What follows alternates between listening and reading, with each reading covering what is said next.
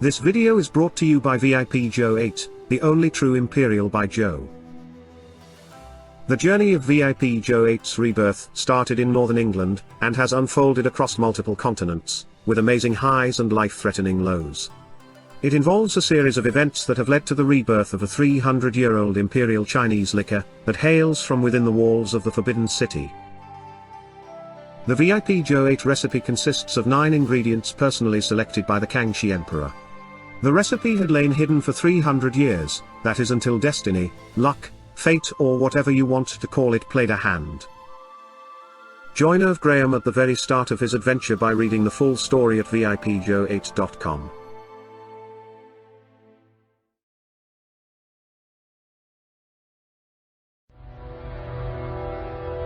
According to legend, the first Chinese dynasty, the Xia, was founded by the survivors of a natural disaster shortly before 2000 BC.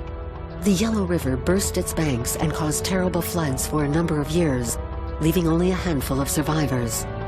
Facing up to this deluge was one man, immediately designated as a providential leader, the founder of the first great Oriental civilization, Yu the Great. For a long time, this fable enabled the Middle Kingdom authorities to legitimize their centralized power.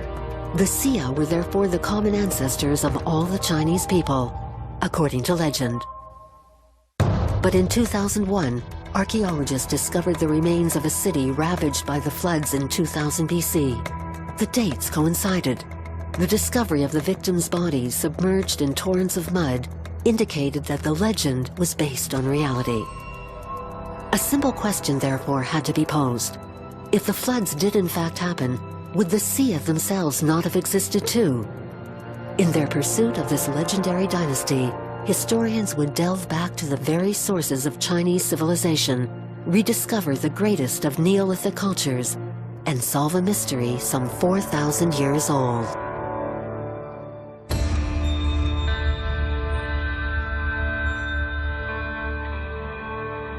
To grasp the power of a nation, we often have to explore its history. China is no exception, and has no end of fascinating secrets to reveal. For the first time, the Middle Kingdom is opening its doors for a journey back to the very roots of Chinese civilization.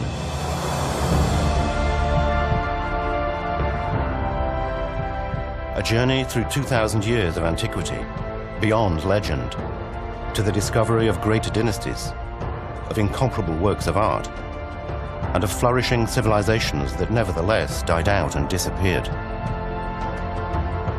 A journey to the heart of an unknown and secretive China, a land of extraordinary colors, heir to a multitude of cultural influences. An odyssey to the sources of a great power born in antiquity.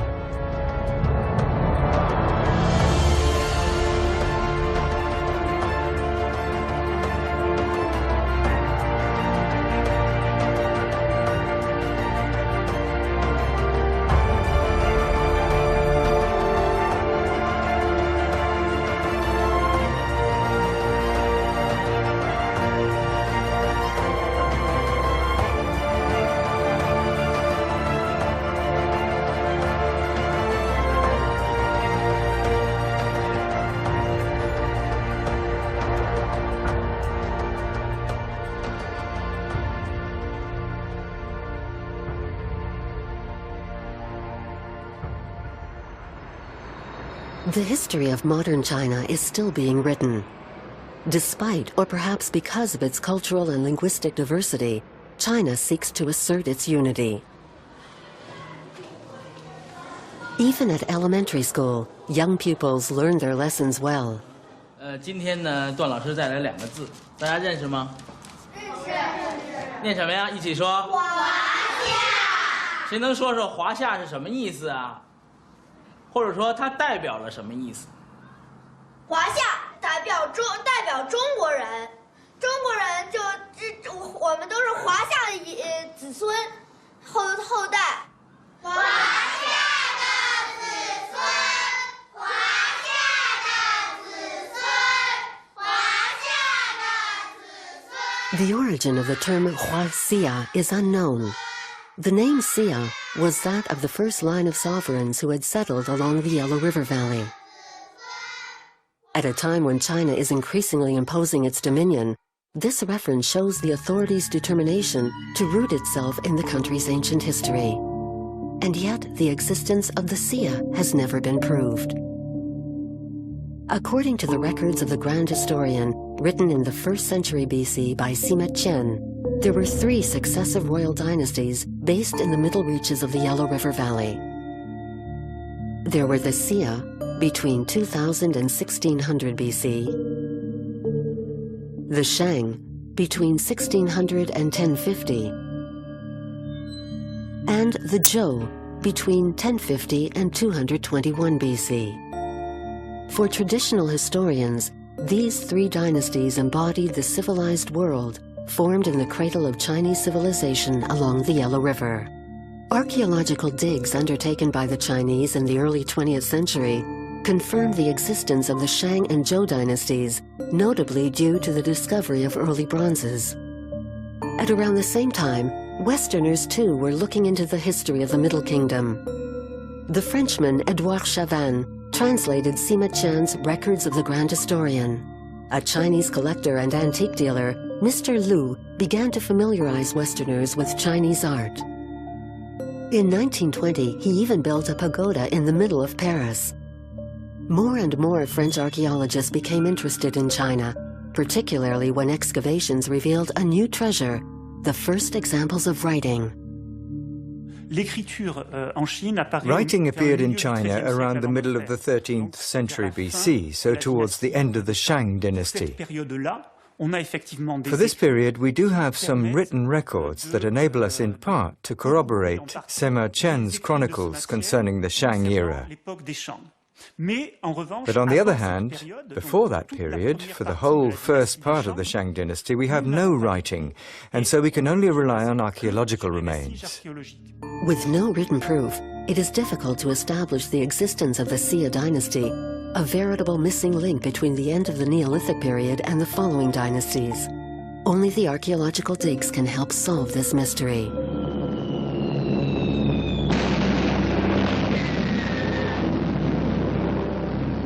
All the excavation campaigns were interrupted in 1937. Occupied by the Japanese, a large part of the country was in the midst of a brutal war. Archaeology was not a priority. The sites lay dormant until the People's Republic was founded in 1949. Archaeology became a state affair and was now run with a Marxist ideology. Dig work resumed and revealed new cultures, sometimes quite far from the Yellow River. But the Chinese communists would, for a long time, remain skeptical about this diversity. They believed China should be one, and that Chinese civilization developed only in the Central Plains before conquering its barbaric neighbors. In 1995, the government launched a vast project to scientifically establish the chronology of ancient China and to confirm the existence of the Xia Dynasty.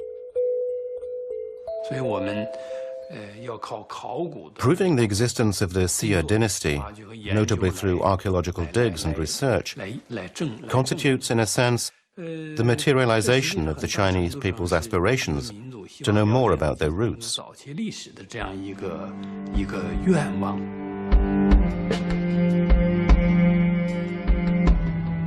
The project brings together eminent specialists in archaeology, botany, and astronomy, but it is not exempt from certain nationalist preconceptions. To find the Xia, it is necessary to go back to the original sources and discover the legends recounted by Sima Qian.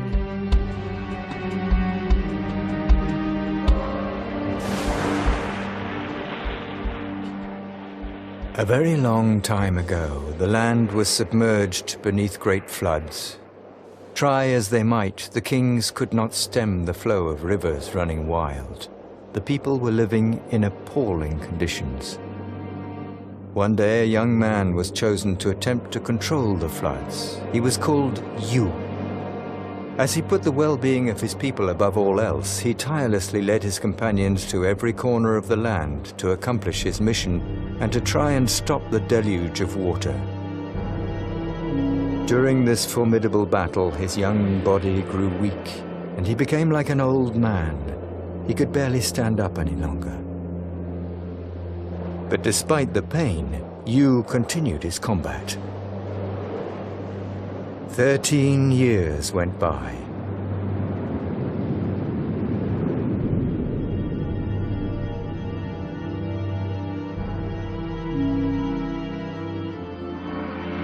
Finally, Yu managed to dominate the rivers. And once the land had dried out again, the people began to prosper.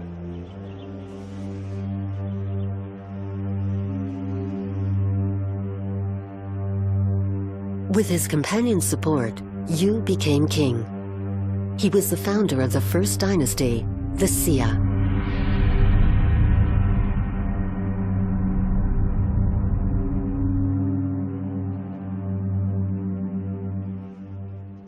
Yu the Great is the main character in numerous legends, still very much alive in many Chinese regions.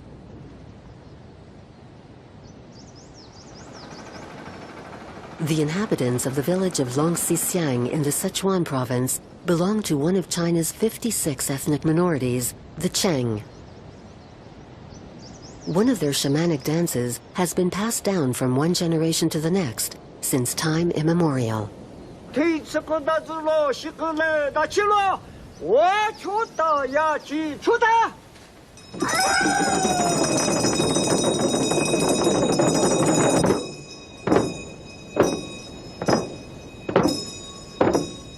The dancers hop from one foot to the other.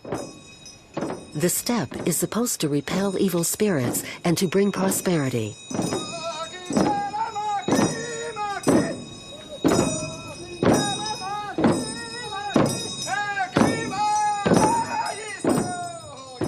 The story goes that the choreography was created to pay homage to Yu the Great, whose legs became so weak as he battled against the torrential floods.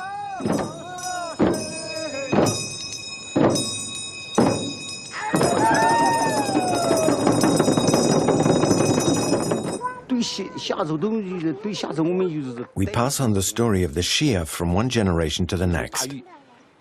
Since the dawn of time, every year we offer our most sincere prayers so that we are protected from disasters caused by floods.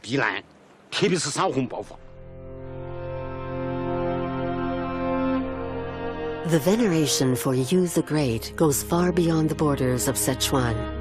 Monumental statues of the Master of the Floods rise up throughout China, on islands in the middle of rivers, in parks, or at crossroads.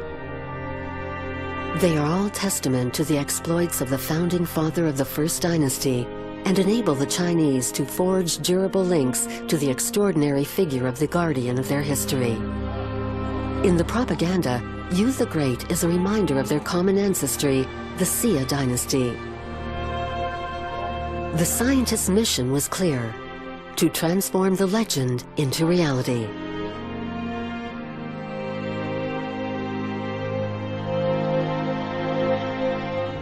Archaeological discoveries throughout the 20th century enabled several cultures from the end of the Neolithic period to be identified. Their development was closely linked to the great rivers that have shaped the Chinese landscape: the Huanghe, or Yellow River, and the Yangtze in the center of the country. It was in the Yangtze Delta that an original culture developed between 3400 and 2250 BC, the Liangqiu. It was one of the most powerful of the times, as revealed in digs that began in 1936. This is the latest discovery in Liangqiu, the City Ramparts. I'm standing in front of a very well-preserved part of it. As you can see, the layers of earth are clearly visible. These are the first ramparts that date back to the Liangqiu culture that have been found in the Yangtze Delta. Over several years, the remains of this enormous construction, some 5,000 years old, have emerged from the ground. They demonstrate the power of a society from the New Stone Age. Professor Bin Liu is in charge of the excavation work. The northern wall is the best preserved of the 4 walls in the enclosure. These are the stone foundations. Detailed analysis of the ground and of these stones has revealed that they came from a mountain situated several kilometers from here. 4 meters have been preserved, but we think the wall was much higher. By studying the type of construction, we've realized that it was built using traditional methods, by hand.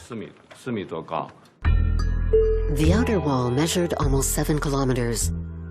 The town would have covered some 750 acres. The number of pottery pieces found on the site reveals the size of the local population and their daily activities.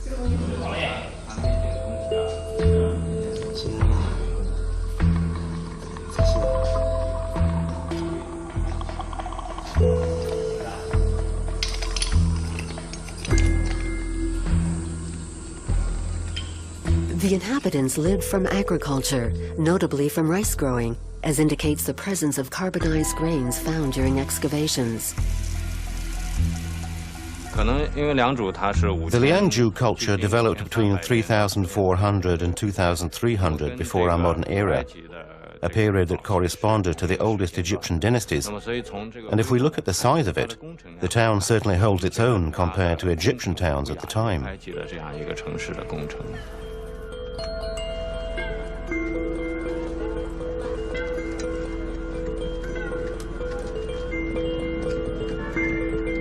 On the site, the archaeologists travel back in time.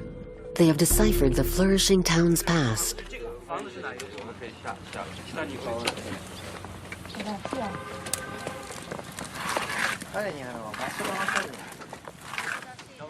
One level has even provided some vital information.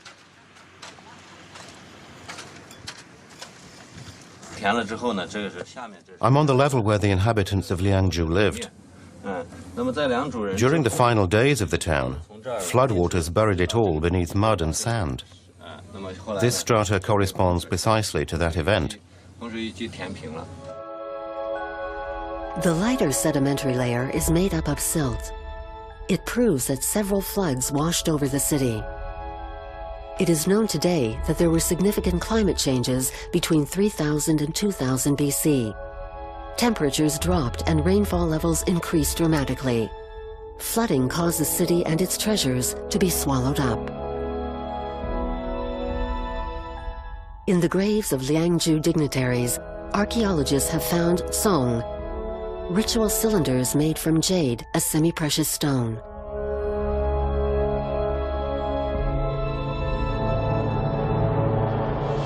The presence of these objects in graves tells the scientists a good deal about the wealth and power of the Liangzhu notables.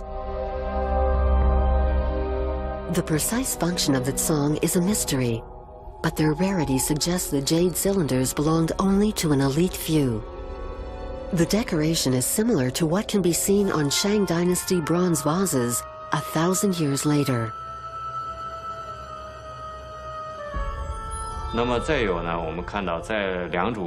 During prehistory, jade was first of all used decoratively, but then around 3000 BC, it began to be used by nobles during rituals as an emblem of their authority. The stone acquired a certain social standing aspect. It became a symbol of power, of piety, of the upper classes. Much later, eminent characters such as Confucius gave jade an even greater social significance. So during this process, from being a simple stone with a magnificent gleam, jade became an object of worship for the Chinese, an historic and political symbol.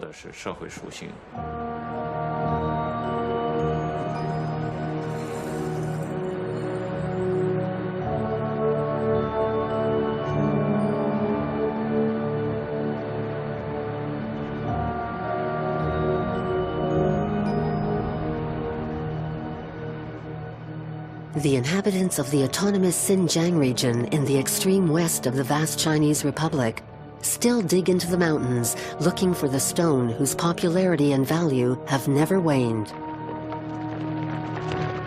Since antiquity, These mines have supplied some of the finest jade to be found. The market is flourishing.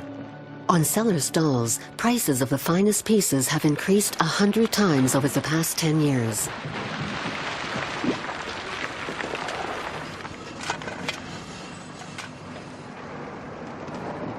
This is real Khotan jade. How much is that worth? It could be worth 6,000 euros.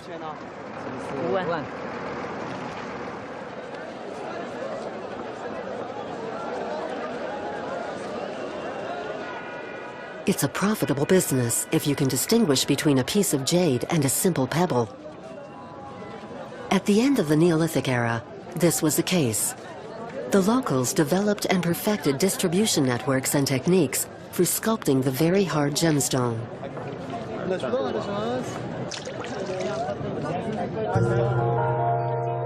The Liangzhu culture embodied jade art at its height. 2,000 years BC, a highly stratified society developed in the Yangtze Delta. Dignitaries controlled a vast territory and no doubt presided over religious ceremonies. But they could do nothing about natural disasters.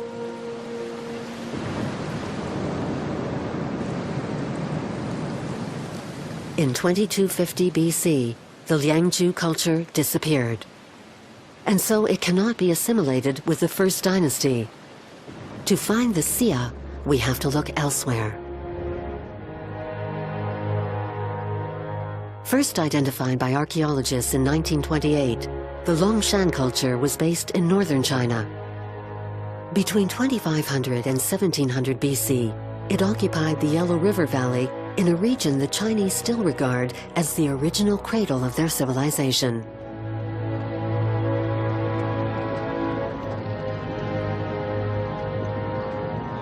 The land that stretches as far as the eye can see is composed of loess, which has traveled far.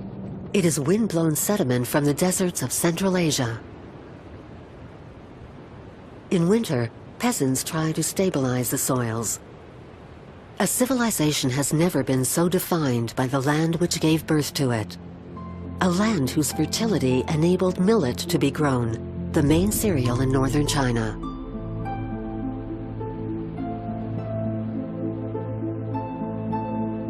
In recent years, important discoveries have been made at the Taozu site, the birthplace of the Longshan Neolithic culture. 9 large tombs have revealed significant grave goods. The dead were accompanied by colored pottery artifacts.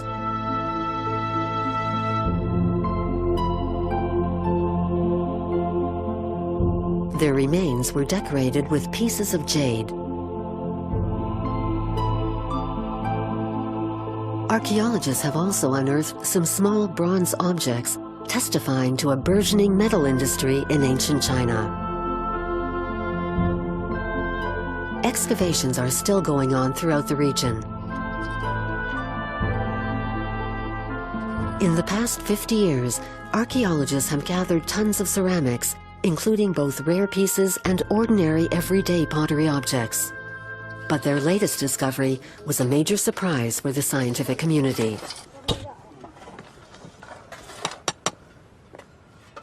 We were a little surprised. It was quite unexpected, or even unthinkable at that point, that such an ancient culture had accomplished something like that. What can we say apart from that it's really exceptional? In 2003, Professor Nu's teams dug up a strange structure. Some archaeologists consider it to be the oldest observatory in the world. It was built on the lower slope of a sacred mountain to the east, towards the rising sun.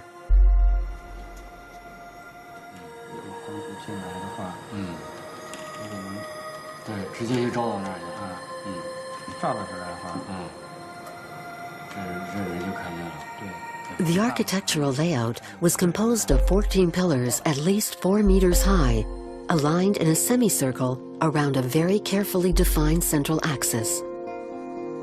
When the sun rose from behind the mountain, the light fanned out among the columns. The direction of the rays and shadows varied according to the date and the season. The structure was built according to the astronomical events that still determine our modern calendars: equinoxes and solstices. It is a solar observatory, some 4,200 years old.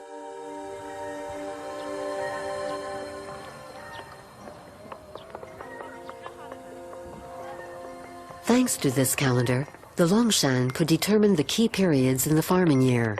Notably, the dates for sowing the cereal that was essential to their survival in this region: millet.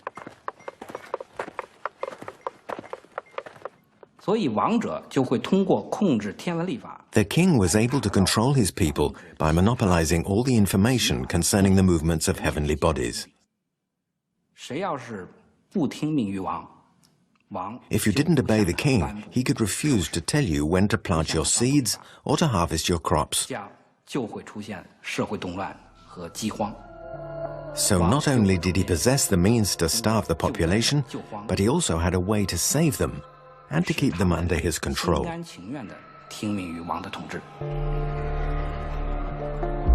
And yet, the latest excavations have revealed that this power was fragile. The nobles had to face up to violent rebellions. Archaeologists have found skeletons that had been thrown into rubbish heaps. Some of the victims had been tortured.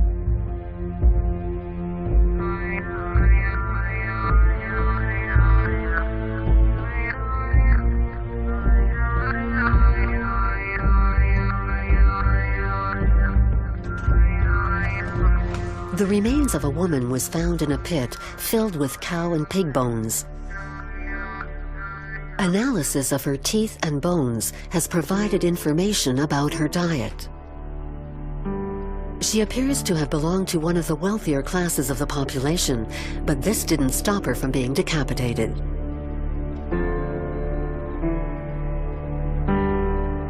Her attackers also stuck a cow horn into her abdomen.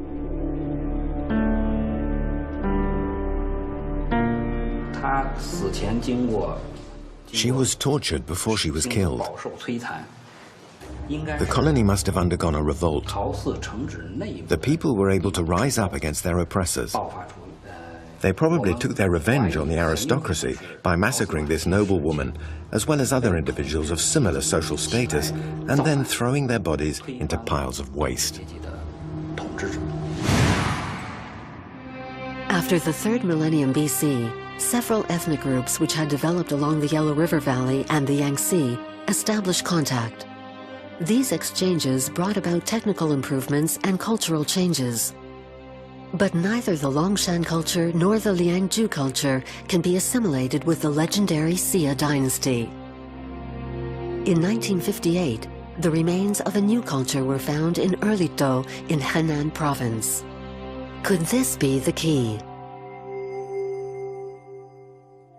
2 dig campaigns in 1973 and 1983 revealed a number of discoveries.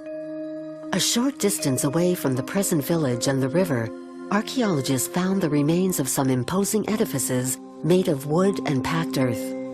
They were palaces.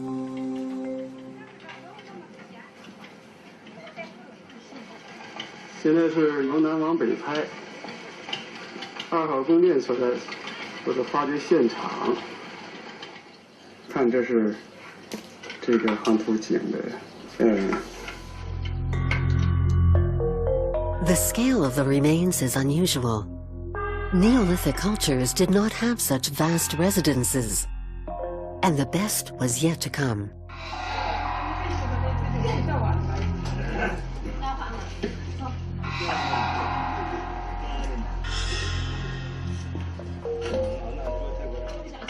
Move, out of the way. Be careful. Take it easy there. Leave it to me. It's all right, don't worry. A multitude of small pieces of turquoise form a strange figure.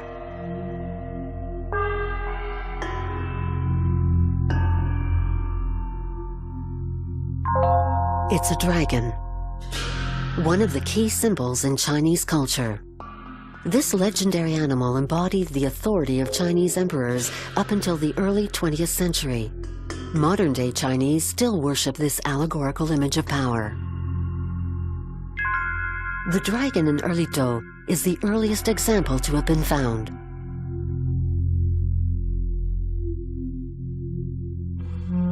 Archaeologists haven't been able to identify the function of this bronze plaque studded with turquoise, representing the face of a monster with globulous eyes.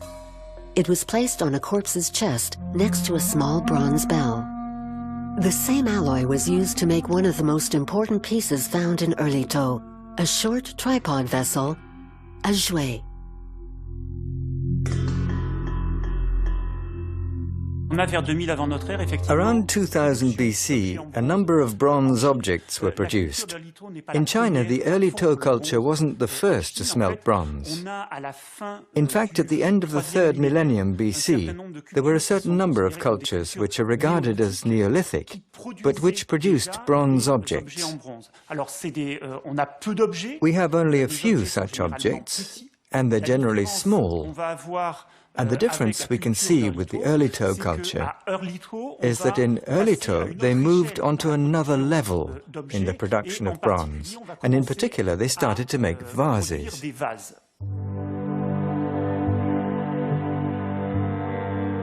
This object is testimony to the Erlitou culture's level of sophistication.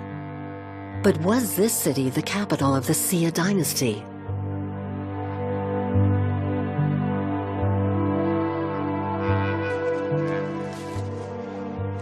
One study demonstrates the power of the lords who ruled over Erlitou. Professor Irao Yoshimitsu has traced the origin of the copper ore used with tin to make the bronze alloy. The copper always contains small proportions of lead, with quantities varying according to the place it was extracted.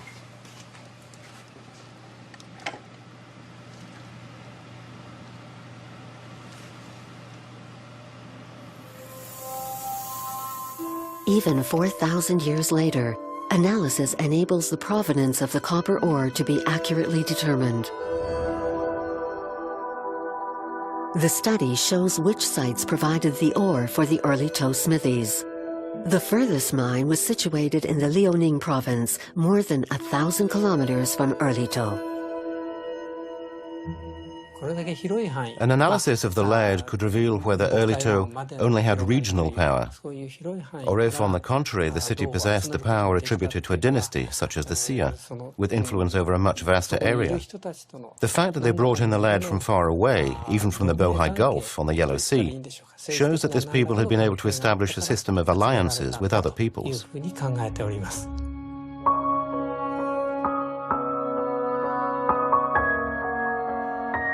The influence and power of the Erlitou culture appears to have extended well beyond the city walls. And yet, one question remains unanswered. How was the Erlitou site able to prosper, whereas other cultures in the late Neolithic era succumbed to natural disasters? An environmental study campaign has been launched to answer this very question. Scientists carry out core sampling tests to examine the soil at depths between 1 and 3 meters. They are looking for the residue of seeds some 4,000 years old.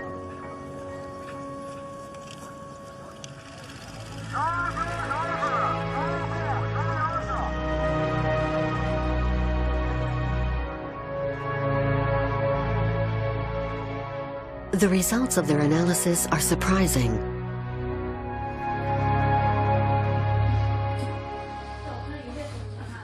They find two principal varieties of millet. One is called foxtail due to its characteristic panicle. Both types have been grown here for a long time, but that's not all. Samples contain wheat seeds, generally found further to the northwest in the upper Yellow River Valley, as well as soybean seeds selected from a wild variety. Finally, the scientists are surprised to find rice seeds introduced to Erlitou from the Yangtze Delta, much further south. In most agricultural areas, the population tends to grow a single cereal, but the inhabitants of this region grow no fewer than 5. A polyculture that perhaps made a difference. For example, if a region is affected by a period of drought, the peasants have foxtail millet, which can put up with such conditions perfectly well. If the land is flooded by persistent rains, they can plant rice. They always have something to harvest. They're safe from all natural disasters. Only a society with a highly advanced agricultural system can resist climate change.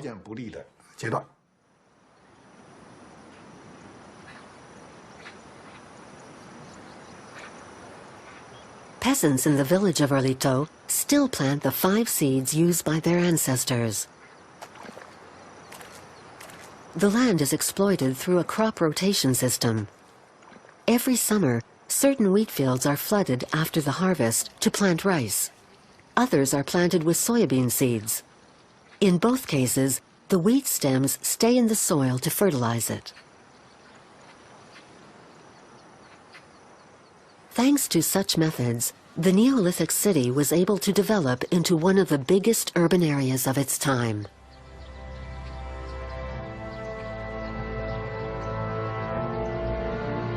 But what did the town look like? The discovery of certain building foundations and ground surveys have enabled a reconstruction using CGI. The whole town is much more structured than one might have imagined. Peasant shacks generally covered an area of only about 7 square meters. They form a village on the edge of the urban area.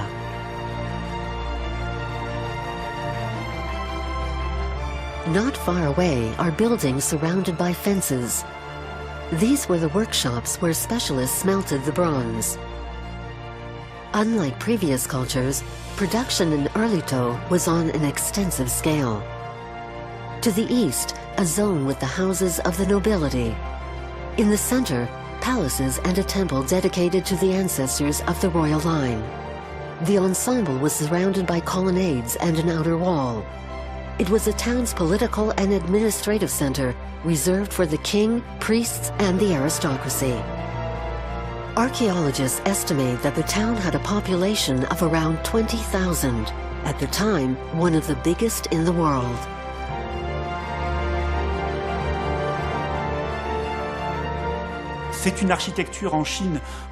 The architecture in China then was made of wood and packed earth. For this reason, the constructions are generally not well preserved, but we can find traces of them in the ground. The buildings were on terraces of compacted earth, in which they stuck wooden posts to support the roof.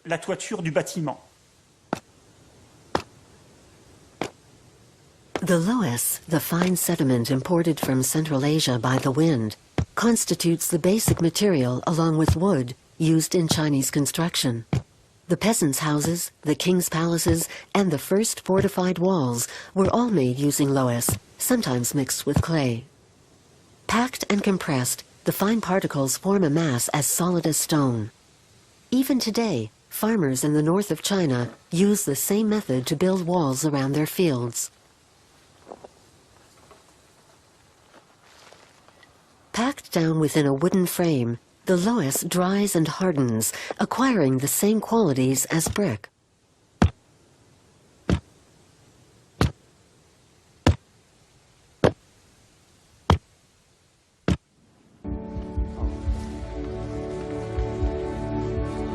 For the scientific team leader, Professor Su, the layout of the city provides valuable information about the political system that oversaw its day-to-day organization. This is where the main palace was. The archaeologist notes that the building has certain architectural characteristics that were unknown among other cultures during the Neolithic era. The palace city was an enclosed area with a strict hierarchy.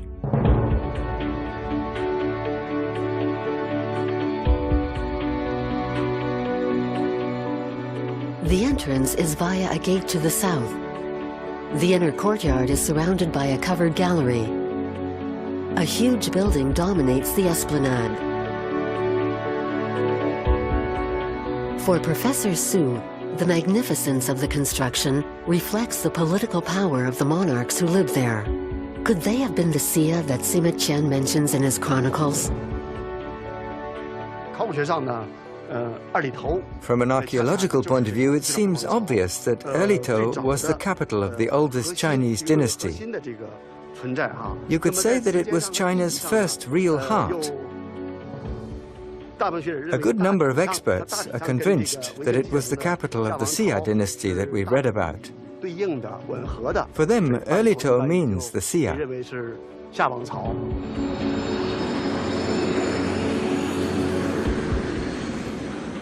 Professor Su believes that the plan and layout of the royal residence in Erlitou could have influenced all the palaces built later. He wants to check out his theory by visiting Japan. It's the first time that scientists from Japan and China have worked together on the subject. The meeting takes place at Kyoto University. Professor Okamura is an expert on late Neolithic cultures, and particularly the Erlitou culture. The two experts have examined the similarities between the main palace, the foundations of which have been found in Erlitou, and palaces from subsequent dynasties. There's a covered gallery all the way around, is that right? That's right. This design, integrating a covered gallery, is really very similar to the type of construction we see in certain palaces later on in Chinese history. There's really no difference with the plan that was still used in China up to the 20th century. A more thorough study of the Erlitou plans reveals that they served as the basis for every later construction.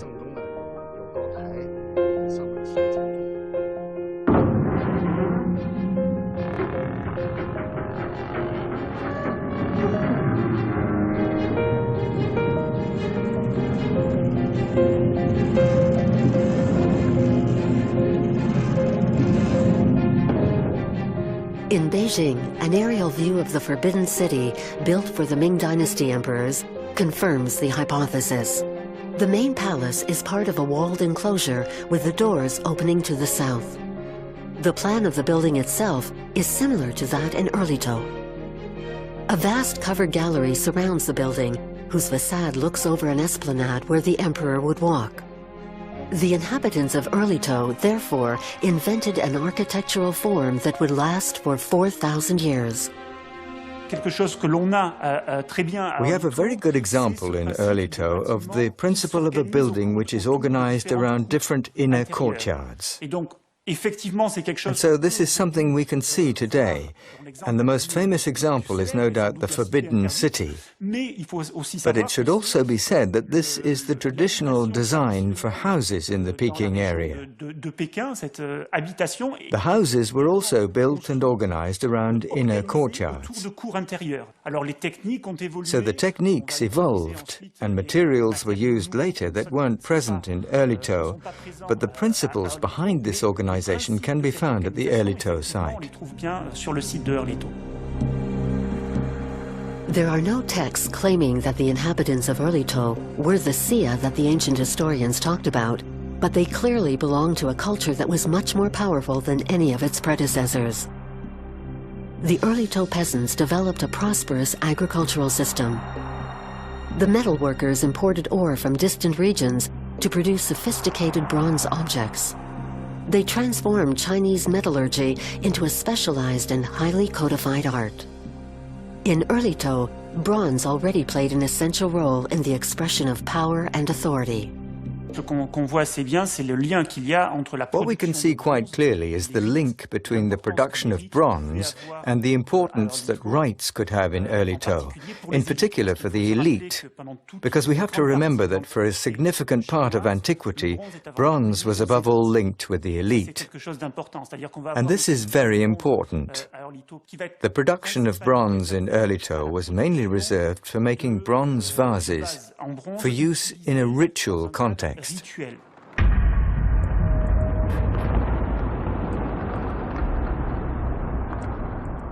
Certain archaeologists even think that the lords of Erlitou could have invented the court rituals. But what could they have been like? Until the early 20th century, grand ceremonies enabled emperors to reinforce their links with their vassals. By studying them, archaeologists have imagined how ceremonies in the palace in Erlitou may have taken place.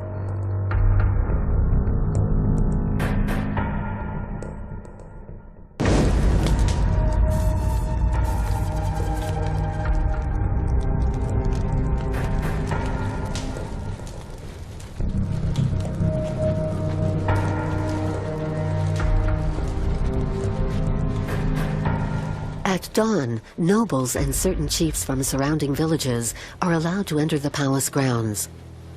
They are no doubt carrying a number of offerings.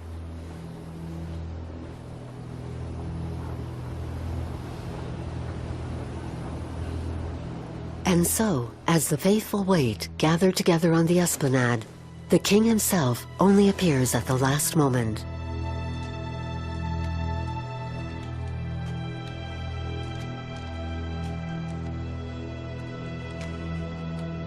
In his hand, he has a Zhang blade, a tablet sculpted from the purest jade.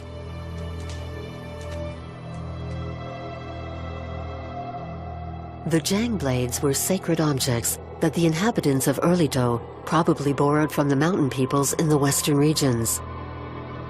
By adopting these symbols of devotion from other regions, the kings would have reinforced their personal authority.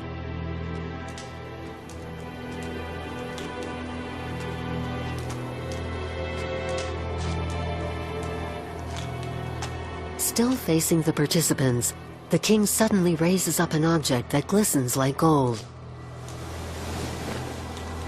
It is a libation cup, a jue, a vessel whose shapes and forms have inspired other cultures. Finally, a handful of aristocrats join the king on the platform. It is time to share the alcohol made from local cereals. This exchange marks the hierarchy established in Erlitou society. It symbolizes the social and political framework that presides over the population of the town. I think the Xia Dynasty put a certain emphasis on the relations between people. Fundamentally, I think divine power had less influence than the power of the sovereign. Obviously, rituals took place to reinforce spirituality, but instead of revering deities, the faithful honored their ancestors. This means that the Xia dynasty concerned itself more with men than with gods.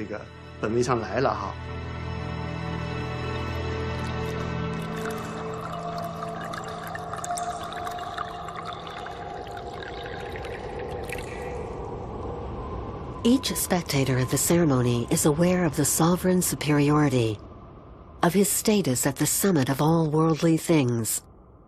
The ritual also seems destined to strengthen the relations among the members of the community.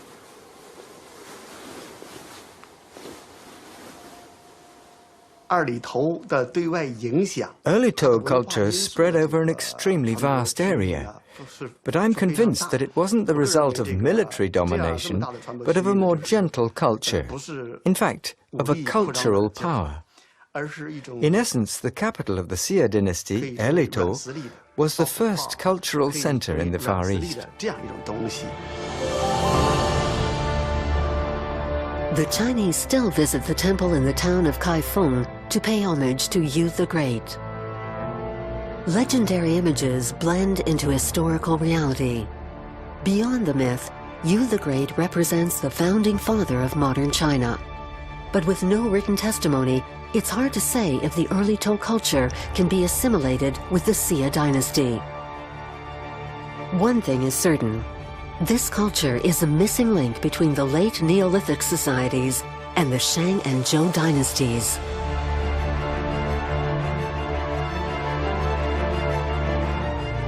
"2,000 years before our modern era, the kings of Erlitou invented a system of government and established a theory of authority and religion. Their power was materialized through bronze objects that became a mode of expression for the elite. The Erlitou culture announced the emergence of civilization. Towards 1600 BC, the Shang Dynasty established itself along the Yellow River. It would take the art of bronzeworking to its height and develop writing used in divinatory rites. In 1045 BC, the Zhou replaced the Shang. They forged alliances with their neighbors and set up a feudal system. Obviously, at this time, China was not yet called China, but the unification process was underway. Within the cradle of the Central Plains, on the banks of the Yellow River and the Yangtze, all the ingredients were brought together. The history of a future great power could begin.